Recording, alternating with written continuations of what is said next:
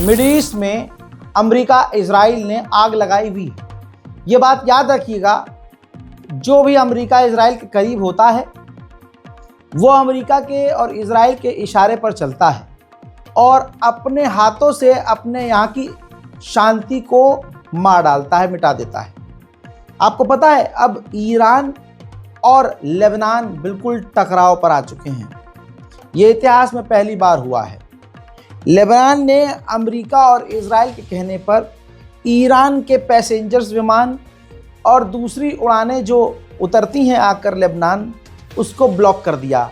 तमाम ईरान से आने वाले जहाज़ों को लेबनान में उतरने से मना कर दिया लेबनान ने, जिसके बाद तुरंत उसी वक्त ईरान ने भी खेल खेला और टिट फॉर टैट पॉलिसी का इस्तेमाल करते हुए लेबनान से जो जहाज़ ईरान आ रहे थे, ईरान ने उन्हें बंद कर दिया।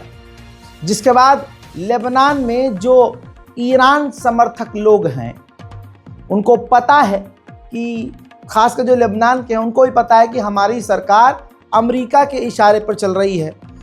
जाहिर सी बात है, उधर से इजराइल घुसा हुआ है, इधर से अमेरिका घुसा हुआ है, सरकार अमेरिका के इशारे पर चल रही है। तो अब वहाँ की जनता बेवकूफ़ तो है नहीं। जब इतनी दूर बैठे हुए हम लोगों को समझ में आ रहा है तो वहाँ के लेबनान के लोगों को समझ में नहीं आ रहा होगा क्या? लेबनान के लोगों ने अपनी सरकार के इस कमीनेपन पर तुरंत पूरे लेबनान में प्रदर्शन करना शुरू कर दिया, कई जगह आग लगाई, क्योंकि लेबनान अमेरिका के इशारे पर चल रहा है। ये बात लेबनान के लोगों को पसंद नहीं आई।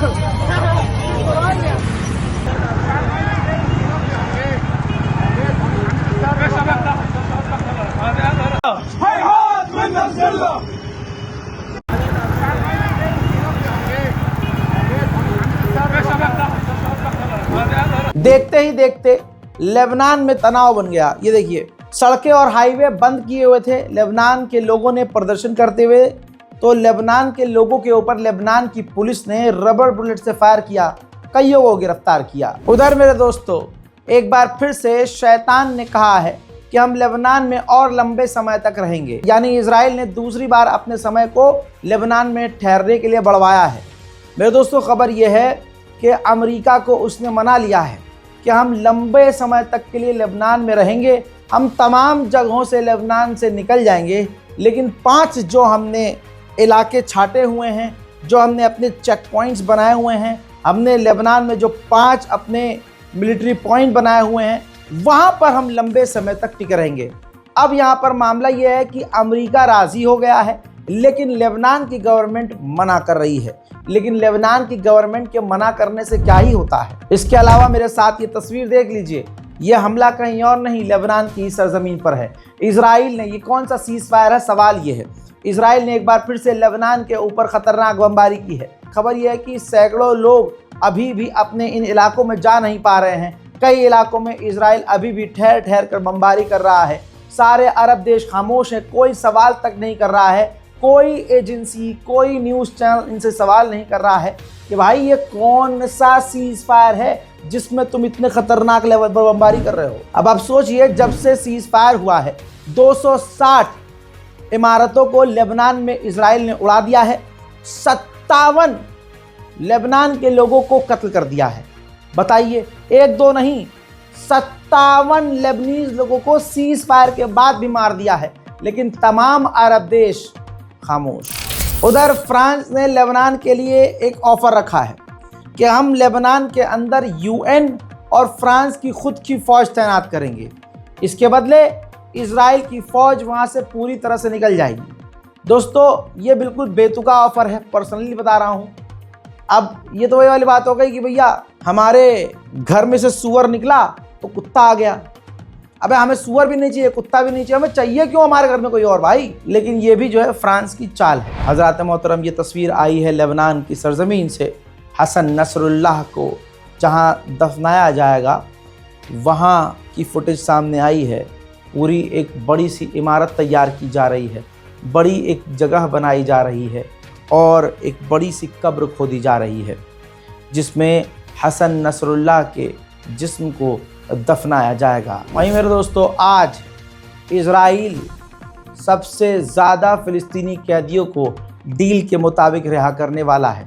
जी हाँ, डील रद्द होते होते बच गई और ये अगले पड़ाव की डील हो रही है जिसके अंदर 4 इजरायली कैदियों के बदले 369 फ़िलिस्तीनियों को इजराइल रिहा करेगा। कितने? 369 फ़िलिस्तीनियों को इजराइल रिहा करेगा 4 इजरायली कैदियों के बदले। आज फ्रांस ने सीरिया पर से पाबंदी हटाने के लिए एक मीटिंग यानी समिट रखी। उसके अंदर सीरिया के विदेश मंत्री पहुंचे और पूरी डेलीगेशन ने फ्रांस के राष्ट्रपति इमैनुअल मैक्रोन से मुलाकात की।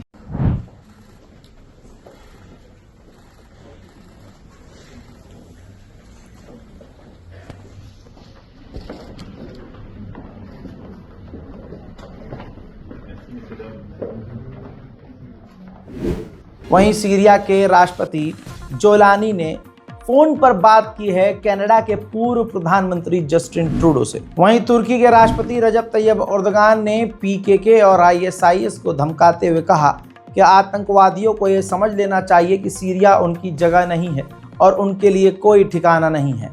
अपने आप वो वहां से चले जाएं वरना हम उन पर कार्रवाई करेंगे। वहीं मेरे दोस्तों, जहां जो नकली मुसलमान जो उनके फ़ैन हैं, जो हुजूर पाक को मैदान में छोड़कर भाग जाया करते थे और जंग ख़त्म होने के बाद वापस आते थे, खुद कपड़ों पे मैल डालकर, मिट्टी डालकर साफ़ करते, या नबी अल्लाह, बड़ी मुश्किल से ये जंग हमने लड़ी है, मेरे तो यहाँ भी चोट लग गई, देखिए नबी अल्लाह, ड्रामा किया करते थे। उन वैसे लोगों के जो फ़ैन हैं उनको बड़ा पसंद है ये जोलानी, सीरिया का राष्ट्रपति। समझ रहे हैं आप? मैं ये नहीं कह रहा हूँ कि बशर अल असद सही था, मैं कह रहा हूँ बशर अल असद भी एक नंबर का बीप था और ये भी एक नंबर का बीप है। अगर आपके जोलानी में इतनी ताकत है तो ये तस्वीर का जवाब मुझे आपसे चाहिए। बताओ, सीरिया की गलियों में आज भी, सेंसिटिव शहरों और गांव के देहातों के अंदर, सड़कों पर इजराइल की फौज क्या कर रही है? ये जवाब जोलानी के चाहने वालों के पास नहीं है, क्योंकि बचपन से उनके इमाम साहब ने मिंबर से यही सिखाया है कि देखो, शिया से नफरत, रावजी से नफरत करना इस्लाम है। ये सिखाया है। जब ये सिखाओगे तो हर जगह पिटोगे, क्योंकि तुम एक हो ही नहीं सकते। हमारे मौलवियों ने हमेशा जहर भर भर के हमें एक दूसरे से अलग रखा है, हमें ऐसे अलग रखा है। अगर हम ऐसे होते कुरान के नाम पर, अहले बैत के नाम पर, खुदा के नाम पर, 1,24,000 अंबियाओं के नाम पर, तो आज हम ये होते और कोई आज हमें पकड़ के मोड़ नहीं सकता। अब हम ऐसे हैं, कोई भी आता है मोड़ता है, हमारी चीख निकलती है, हम सोचते हैं कि यार हमारा कोई बचाने वाला नहीं है। बचाने वाला कैसे होगा? एक भाई भाई के काम नहीं आएगा तो कौन आएगा? लेकिन ये चीज़ आज के लोगों को समझ में नहीं आती। वहीं एक लंबे समय के बाद रशिया का कार्गो जहाज़ जो है अपने हथियारों को लाद कर सीरिया से निकल चुका है। वहीं यूएन के अंदर रशिया ने कहा है कि इसी वक्त सीरिया से इजराइल बाहर निकल जाए। बड़ी खबर यह आ रही है दोस्तों, वेस्ट बैंक, फिलिस्तीन के वेस्ट बैंक के इलाके में अब इजराइल ने हवाई हमले बढ़ा दिए हैं। ड्रोन स्ट्राइक किया है, ड्रोन से बमबारी की है, जिसमें दर्जनों मकान जलकर राख हुए हैं और कईयों के मारे जाने की खबर आ रही है। अल्लाह अकबर।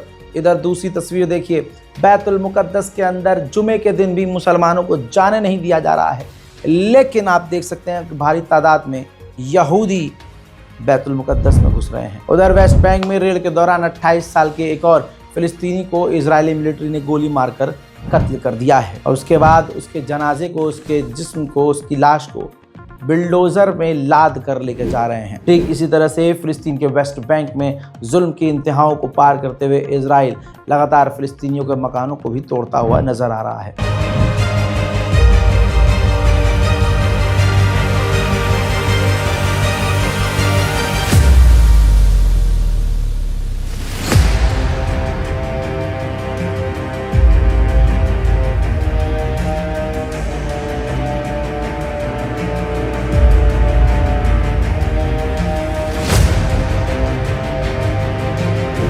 फिलिस्तीन की मीडिया के अनुसार और गवर्नमेंट के अनुसार, देखिए फिलिस्तीन में कई अलग अलग जगह हैं, वेस्ट बैंक है, जनीन है, तो मैं आप जनीन का अपडेट दूँ, सिर्फ जनीन का, पूरे फिलिस्तीन का नहीं, सिर्फ जनीन का अपडेट ये है कि जब से गाज़ा और इजराइल के बीच सीज़ फायर हुआ है, ये रिटन में आपके सामने है, देख लीजिए, 24 दिन में इजराइल ने जनीन रेफ्यूजी कैंप में 25 फिलिस्तीनियों को कत्ल कर दिया है, 20,000 फिलिस्तीनियों को भगा दिया है, 120 फिलिस्तीनियों को गिरफ्तार कर लिया है, 470 मकानों को तोड़ दिया है, 35% जो वहाँ मकान हैं वहाँ पानी बंद कर दिया है, 153 घरों के अंदर उसने रेड करी है और 14 बार हवाई हमले किए हैं। ये एक फिलिस्तीन के छोटे से इलाके की जनीन की जानकारी है। सोचिए दूसरे इलाकों में इजराइल ने क्या ही किया होगा। इस वक्त जो सबसे बड़ी बात है उस पर आप ध्यान दीजिए, गाज़ा के लोगों को जितनी भारी मात्रा में वो रिहा कर रहा है, उससे डबल मात्रा में वो फिलिस्तीन से लोगों को गिरफ्तार कर रहे हो। तो ये रिहाई का क्या ही मतलब है? तुम इनको छोड़ रहे हो तो इनको गिरफ्तार कर रहे हो। ये सीसीटीवी फुटेज देखिए, भारी मात्रा में रोज़, ये अभी का वीडियो है, रोज़ इजराइल फिलिस्तीनियों को वेस्ट बैंक और जनीन से गिरफ्तार कर रहा है। ठीक इसी तरह से ये अगली तस्वीर भी आपके सामने है, ये भी वेस्ट बैंक की है। जो घायल लोग हैं उनको जब अस्पताल लेके जाया जाता है एम्बुलेंस के ज़रिए, तो उस एम्बुलेंस को भी इजराइल की सेना रोकती है। खबर यह है कि एम्बुलेंस में तड़प तड़प कर फिलिस्तीनी मर जाते हैं और इजराइल के फौजी उन एम्बुलेंस को आगे बढ़ने नहीं देते। उधर जो फिलिस्तीनी हिम्मत करके बैतुल मुकद्दस में जाने की कोशिश भी कर रहे हैं, इजराइल की सेना उन्हें रोक रही है। कईयों को गिरफ्तार भी किया है, कईयों को मारा पीटा भी है। लेकिन ये देखिए तस्वीर आप, जिसमें कुछ मुसलमान बैतुल मुकद्दस में जाने की कोशिश करते हैं तो इजराइल की फ़ौज उन्हें रोक देती है। हजरात, वेस्ट बैंक में आतंक का माहौल है। ज़रा इस तस्वीर को देखिए, छुप के बनाया गया वीडियो है। फ़िलिस्तीन की गलियों, वेस्ट बैंक की गलियों में जब इजराइल की सेना गुजर रही है तो ग्रेनेड चुपके से दूसरे घरों में फेंकती हुई जा रही है। जब जिसका जहां मन कर रहा है वो वहां फायरिंग कर रहा है, जहां मर्जी वो ग्रेनेड फेंक रहा है, जहां मर्जी वो गिरफ्तारी कर रहा है, जिसे मर्जी फ़िलिस्तीन के अंदर गोली मारी जा रही है। वहीं वेस्ट बैंक से अब तक इन 1 महीने से कम के वक्त में, कितने, 1 महीने से कम के वक्त में, इतने कम अरसे में 44,000 फ़िलिस्तीनी वेस्ट बैंक छोड़ चुके हैं। हस्बी अल्लाह व निअमल वकील। तो दोस्तों इस रिपोर्ट को शेयर कीजिए। लोगों को लग रहा है कि जंग ख़त्म हो गई है, जंग ख़त्म हो गई है। भाई जंग फैल गई है। गाज़ा की जंग अब फ़िलिस्तीन के वेस्ट बैंक और जनीन तक आ चुकी है। इस रिपोर्ट को शेयर कीजिए, दुआओं में याद रखिए, चैनल को सब्सक्राइब कीजिए। जय हिंद।